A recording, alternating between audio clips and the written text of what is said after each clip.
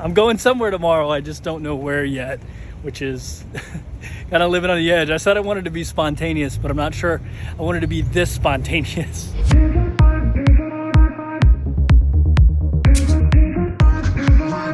What is going on, YouTube? Greetings from my balcony here in beautiful Hawaii.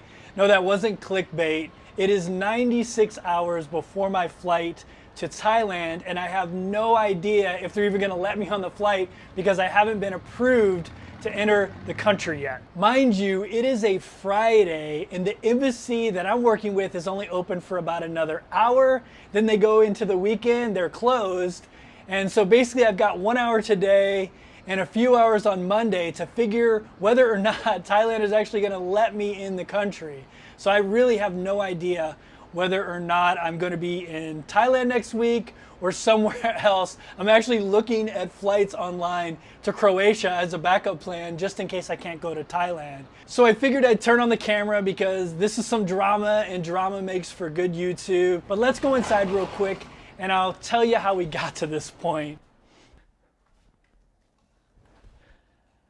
All right, so let's talk about why Thailand first. I won't go too in depth on this because I will, I'm sure, in future videos. But I know a lot of people are going to ask, well, if it's so difficult, why the heck did you even go to Thailand? There are two really specific reasons. Number one, Thailand is one of my favorite places in the world, and in the future, I'm going to use it as my Asia home base. It's why I got a long-term visa to Thailand. I have the Thai Elite visa, so I can kind of come and go as I please in a non-pandemic environment. The second reason, this is probably a once-in-a-lifetime opportunity to travel around Thailand and see some of the beautiful spots, basically in pristine condition without all the tourists. And I want to see them before people start going back. And that's going to be sooner rather than later, I'm sure. First, let's talk about the process I went to get to the point I am right now.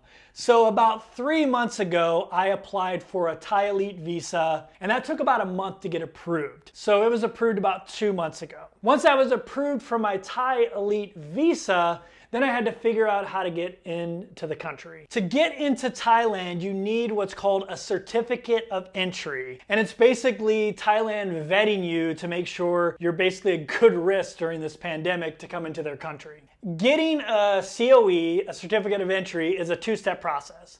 The first step of the process is getting pre-approved, and that's a pretty easy process. You basically register on the Thailand embassy website, then you upload your passport and what visa you're going to enter the country with. I submitted my application for pre-approval towards the end of May, and a few days later, I was pre-approved, so I was like, okay, this is going to be easy. Once you're pre-approved, you need to upload a bunch of documents to get your final approval. So those documents are your flight. That's easy enough. I booked a flight. I uploaded that.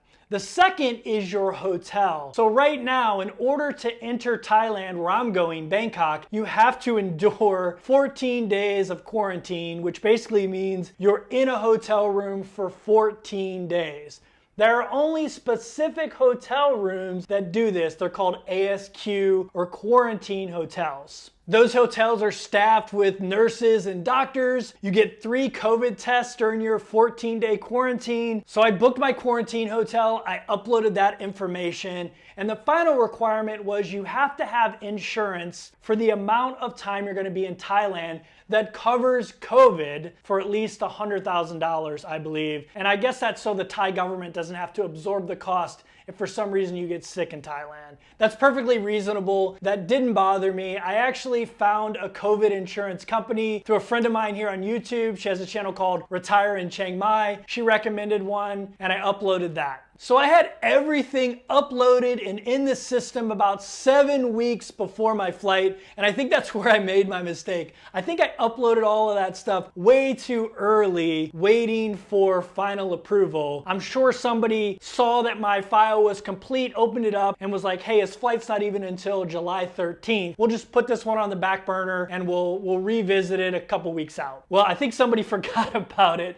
because, like I said, I'm 96 hours before my flight, and I still haven't been approved. Unfortunately, it's almost impossible to get a hold of the Thai embassy via email, via phone call. I reached out to Thai Elite to try to help me out. They've been trying to contact the embassy, but so far I haven't been successful in getting my approval.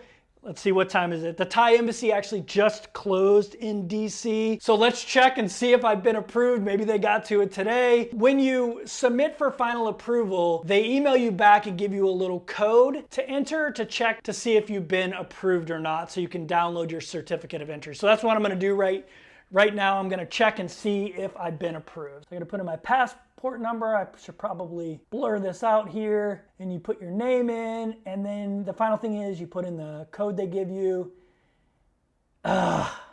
Waiting for approval. So I have not been approved yet. Here's my dilemma right now. So it's a Friday.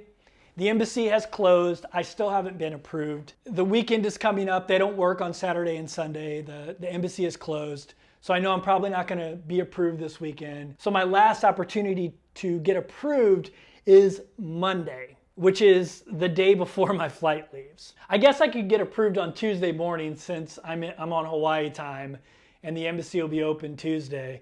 So I guess I might have one last hope in getting approved, but that's pretty stressful. And it's even more stressful because I've already paid for a COVID test, which is a requirement to do 72 hours before your flight. So tomorrow I'm gonna go get my COVID test, and I paid extra money to get a test that's expedited, so I made sure I'd have it before my flight left. Another little point of stress, I mentioned earlier that I booked an ASQ hotel. Well, because they know people sometimes don't get approved or flights get canceled, the bookings are flexible up into a certain point. So you don't have to pay for your hotel until a few days before you're supposed to arrive. So for me, that's this Sunday. This Sunday, I have to pay for that hotel in full or lose the hotel booking. Thailand is a pretty inexpensive country, but those ASQ hotels are not cheap. And Sunday,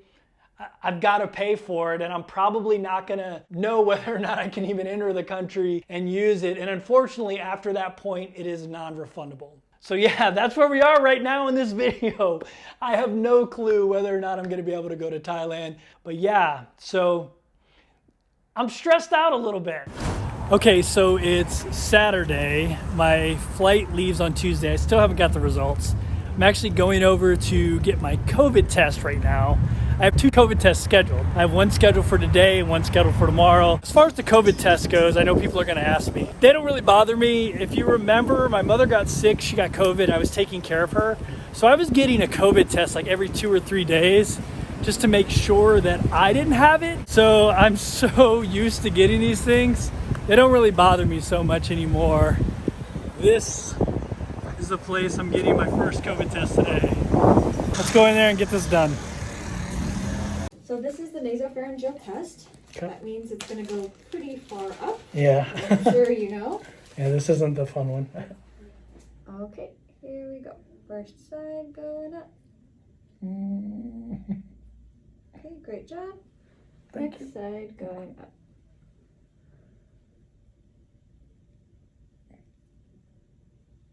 And all done.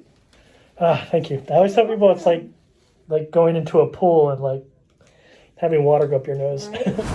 Whew. Okay.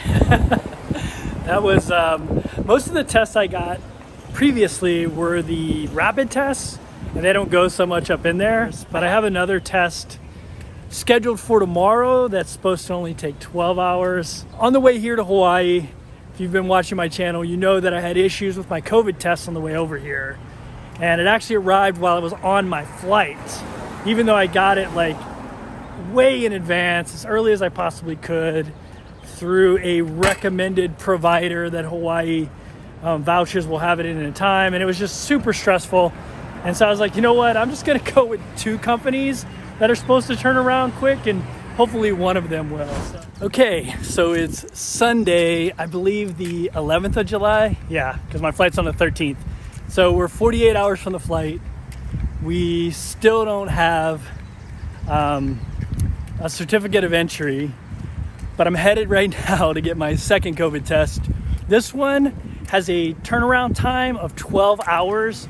So I did this one as kind of my main COVID test, and the other one's kind of a backup that I did yesterday. So yeah, that's where we're at. Let's see if this COVID test is any different than my last one. Okay, so they wouldn't let me film in this place. It's a test geared towards Japanese tourists. There was only one guy in there that spoke English, which is good though, because not to stereotype people, but Japan is very efficient. So I'm not like worried about not getting these results in time, but they wouldn't let me film it. It was much different than any COVID test I've ever done. Number one, I did it myself. You swab your gum line on each side for 10 seconds, and then you put the little swab in some liquid and mix it up, and then put it in a biohazard bag. So it was much less intrusive than the ones I'm used to. So, oh, I went the wrong way. So that was a pretty cool test. I'm actually glad I got the other one now, because I'm a little worried that maybe Thailand won't take that test, because it's different. It's still an RT-PCR, which is what they require. So we'll see. I'm just glad I have both the tests. Hopefully they both come in. So now the 2 points of stress are getting the certificate of entry. Obviously, I can't get in Thailand without that. But now waiting on my negative test results. So 2 points of stress. Hopefully we make it to Thailand. If not, we'll go somewhere else cool. Right now I'm thinking Croatia or Alaska.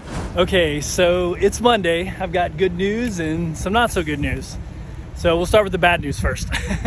So the embassy's closed and I still don't have my certificate of entry. So I fly out tomorrow, but not till 2 o'clock. So I'm hoping tomorrow morning when I wake up, Hawaii time, it'll be like afternoon in Washington, DC. So I'm hoping I have the certificate of entry by then. I did get my COVID test back, one of them, and it was negative. So that's awesome. So I'm going to print that out right now, actually. So I don't know, we'll see. I'm going somewhere tomorrow. I just don't know where yet, which is kind of living on the edge. I said I wanted to be spontaneous, but I'm not sure I wanted to be this spontaneous. Okay, it's Tuesday the 13th. It is 8 a.m. in the morning. So I am 6 hours from my flight, actually 4 hours from the drop dead point to check in. And I still don't know if I can get into Thailand. I did have some good news this morning though. I got an email from Thai Elite saying, hey, we got in touch with the embassy. Keep checking. You should be getting your certificate of entry anytime now. So as soon as I got that email and I read it this morning, I checked at 6 a.m. It had not come through yet. I haven't checked since this morning at 6. I decided to go ahead and pack, take a shower, clean up the Airbnb a little bit so I can, turn it over in halfway decent condition. It is 2 p.m. at the embassy right now. So I'm hoping this check right here will have the certificate of entry. This is kind of like do or die right now, to be honest with you. I think I'm gonna book a flight if I don't have my COE. So let's go, let's check it here. All right, passport number, name, and the code. Okay, here goes nothing. Yes! Okay, I gotta download this thing. All right, yeah, I gotta download this thing and go get it printed. Actually, the Xerox place just opened. They open at 8. So I'm gonna run over there, get a couple copies of this. So this adventure is still not over. So I still gotta go get a copy of this. Then I've gotta go to, I'm so happy right now. Sorry. Oh my God. Ah. All right, so I've gotta get to the airport, obviously get on my flight. My first flight is to Japan.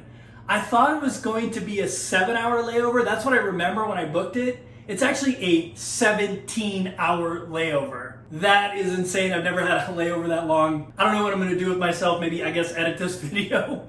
After that, then I fly into Thailand. I've got to get through immigration. Hopefully all my paperwork holds up.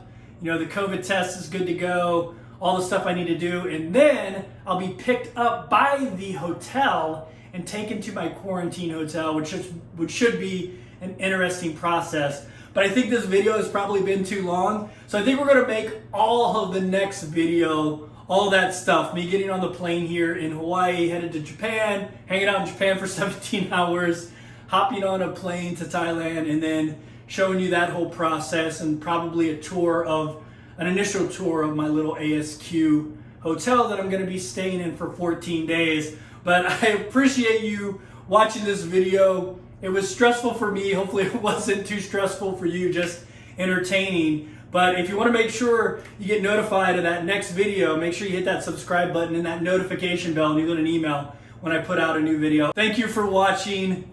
See you in Thailand.